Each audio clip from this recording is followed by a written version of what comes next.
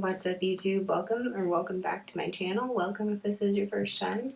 This is my channel, Pixie Dust and Spirit Alchemy, where we talk about all sorts of things: taboo, strange, occult, mystical, magical, spiritual, supernatural, stuff like that. Today's video goes practically hand in hand with the last video that I made on how magic works and why it sometimes doesn't.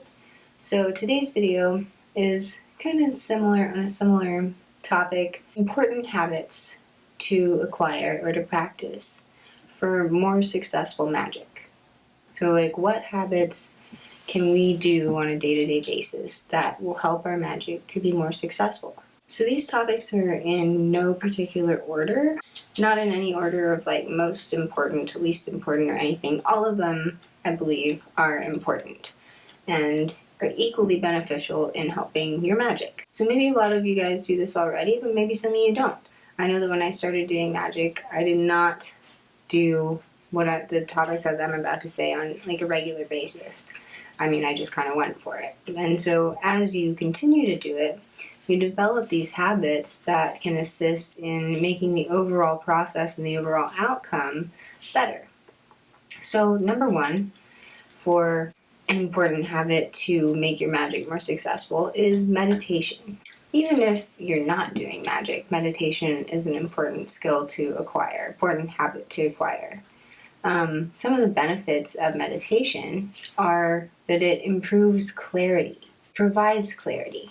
And in that clarity, we can get a clear intention of what we want.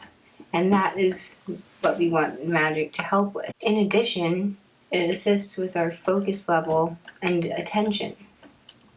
If we can focus in meditation, then perhaps we can be more focused when we do rituals. And giving that same amount of energy, that same amount of intention, or that same clear intention and same attention. Furthermore, I believe that meditation is very beneficial in allowing us to remove resistance, remove resistant thoughts or any beliefs or anything, and therefore aligning us even more so and even deeper into our true authenticity, into our true self. And when we do magic, what can help the magic to be more successful is when our intention is coming from our authentic selves, to know what we really actually want, what we truly want, what we desire. And by doing that, it can also get us more into a flow state by helping to remove this resistance, where we're not thinking things should be a certain way, we're just going with the flow, so to speak. Next important habit is gratitude, an attitude of gratitude. I know I've made a video previously talking about that. How can gratitude help our magic to be more successful? And this means gratitude for everything. For the magic itself, magic working, for the results that will manifest, in addition to just being grateful for the little things. Just an attitude of gratitude, grateful for the cup of coffee or tea that you're having in the morning, grateful that you have a bed to sleep in at night, grateful for water to help us not be so dehydrated. Just an attitude of gratitude to carry with you throughout the day. Gratitude powers the manifestation to come along, the next manifestation. So it's like fuel to the fire, so to speak. It's also important to be grateful to the spirits. If you're working with entities or spirits, to be grateful for them, for taking the time out of their day to assist us with the magic. And to be grateful for our ability to even do magic in the first place. That's a lot of things to be grateful for already. And this assists with the overall success of our magic. Because if we're ungrateful, and for any of that, why would it, and on an energetic level, be inclined to work when we're not even grateful for what we're working for or the results that do manifest? If we're grateful for it, it attracts the results that we want to come to us, and therefore produce from us more gratitude for them truly working. So another important habit to acquire is intensity. And I guess this isn't really as much of a habit as it is just like a skill or like a characteristic.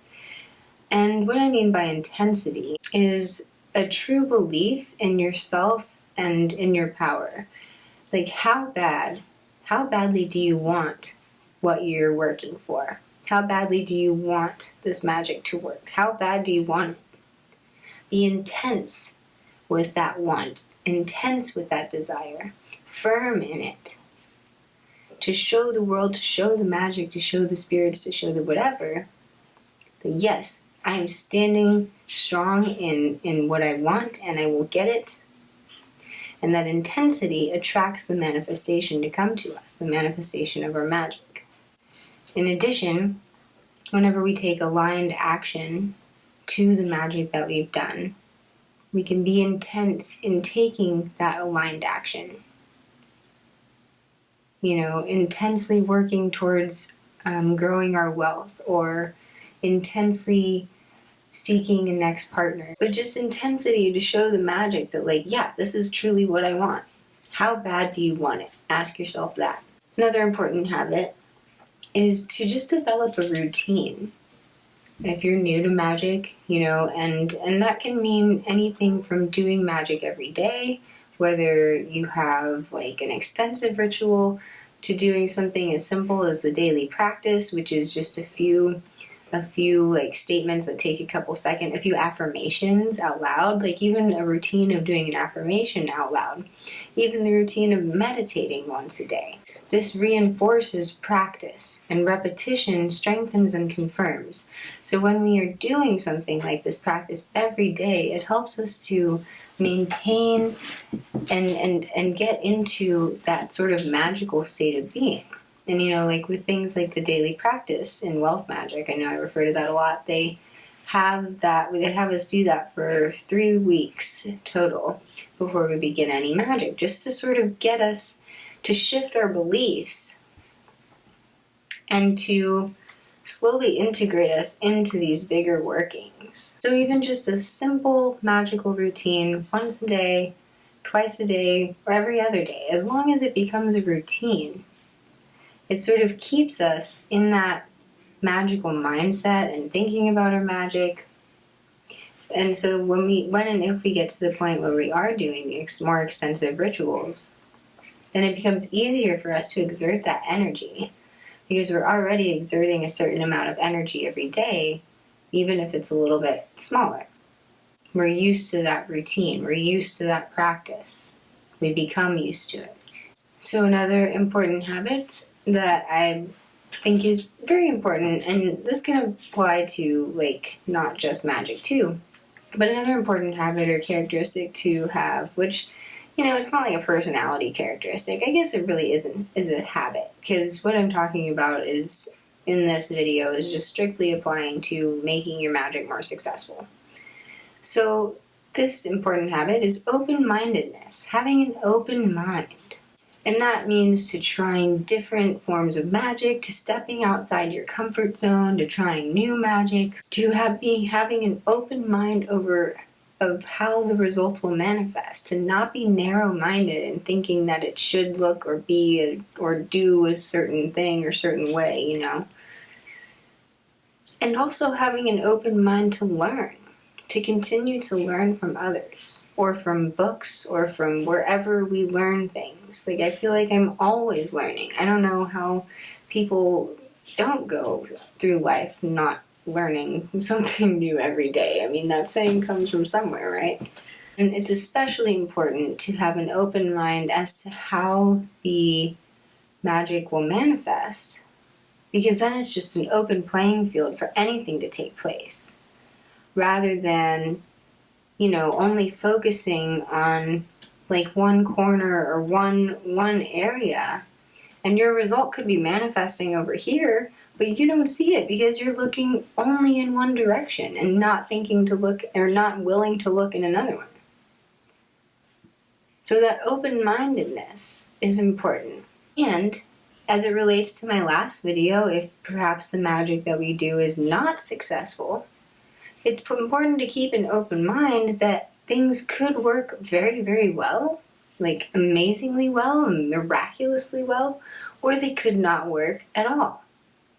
But with that open mind, it allows for anything to be possible. And if we instill these other habits that I've mentioned previously, these are all helpful tools in allowing your magic to work and be more successful. And I do have firsthand experience with this as well. This is something that I've come to develop along the way. It's not something that I just I knew how to do. I mean, I still don't meditate every day, but I try to. I'll do affirmations every day, like depending on what it is I'm trying to affirm in my life. And I make gratitude lists every day, just about. Even if I'm just speaking it out loud. You know, and especially with my magic, I realize the importance of like the intensity in having aligned action and the importance of clarity of intent. Because if we don't know what we want and we're trying to do magic for something that we're not even sure we want, what if we get it? And then what? And then we realize we don't want it. And then what? You know? That was kind of a waste of our energy and a waste of the results, and the magic might not be as inclined to work the next time if we do the magic and get what we want and we're like, meh. Like, I actually changed my mind, you know? Why would it want to work for us more? It's a frequency, right? It's a level of attraction. So we have to consider that too. If we want our magic to work, we have to believe that it is working. Because it is. Even when it's not.